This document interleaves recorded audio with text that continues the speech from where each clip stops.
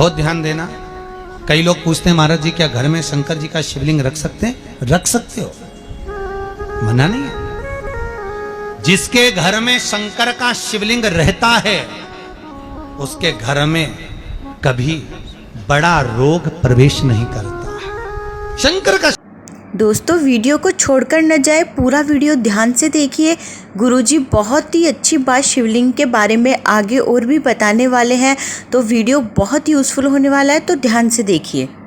शिवलिंग हो, पर शिवलिंग का भी प्रमाण है साहब। घर में जो भी मूर्ति होती है, जमीन ये जमीन है, इससे अंगूठे को उठाकर देख लो, हाथ को, बस इतनी बड़ी मूर्ति प्रतिमा स्वरूप घर के अंदर होना चाहिए, इससे बड़ी नहीं।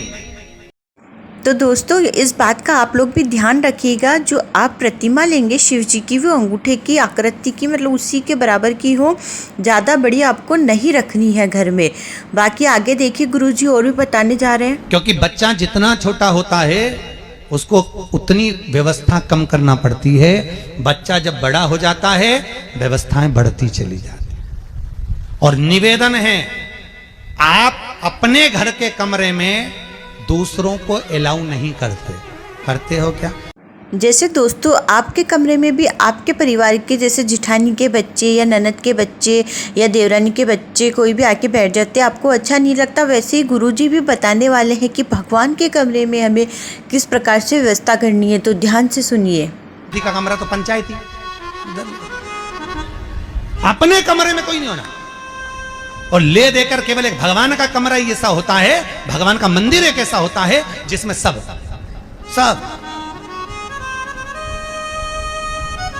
तीर्थ करने गई। कहां? रामेश्वर। गणेश जी भगवान शंकर से बोले पिताजी फिर तीर्थ गई है। शंकर जी बोले बेटा खसक के बैठ जा, पकड़ के लाती होगी।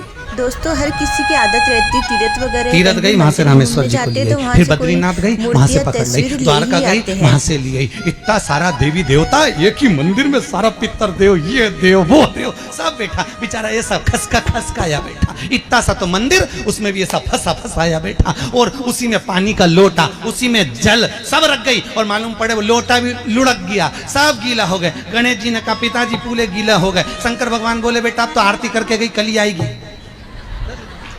अब तो गई, और सुबह से आई, इतनी सी शक्कर लिए, इतनी सी कटोरी में, और जय। और गुरुजी का ये उपदेश सुनने के बाद ऐसा लगता है कि अगर हम भी अपने घर में से पूजा अर्चना में कोई कमी रखते हैं तो भगवान को भी तो थोड़ा बहुत खलता ही होगा ना, तो हमारी पूजा अर्चना निपुण होनी चाहिए।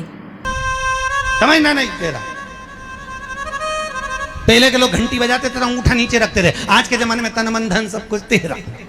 समझ भगवान भी कहे का फंस, इतनी सी शक्कर, और सब भगवान के सामने एक इतनी सी शक्कर धर दी। गणेश जी के मैं खाऊं, राम जी के मैं खाऊं, हनुमान जी के मैं खाऊं, सब झगड़ रहा है। इतने में सब झगड़ रहे, तो इन्होंने विचार करा, इनने खाने के चक्कर में अपनी किचकिच कराई, अब की बार ये किचन में जाओ तो अपन भी किचकिच कराओ।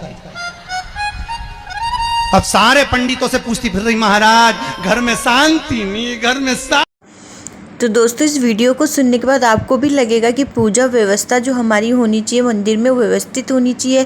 कई बार हमारी पूजा व्यवस्था में कोई ना कोई प्रॉब्लम रहती ही है, तो उससे भगवान भी अप्रसन्न हो जाते हैं।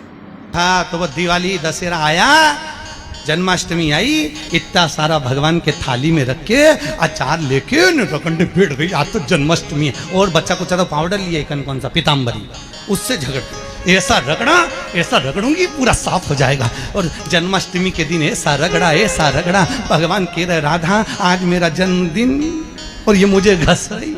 भगवान बोले अब घस लेने दे। राधा जी बोली कोई बात नहीं, बाद में मैं उपटन लगा दूंगी प्रभु, अब इसका जन्मदिन आने दे, जैसी करनी वैसी भरनी। अब खुद का जन्मदिन आया, शादी की सालगिरह आई, पति के साथ जा रही थी मंदिर में दर्शन करने, ध्यान रखे पूजा भक्ति करते समय आप लोगों से निवेदन। 4 दिन तक हॉस्पिटल में पड़ी रही, सब मिलने आए, जीजी कैसे हो गया? मेरा तो बताओ मंदिर जा रही थी और घिसा गई। भगवान बोले तूने मेरे जन्मदिन पे घसा, तेरे जन्मदिन में मैंने घसा, हिसाब बना, और घस ले। क्यों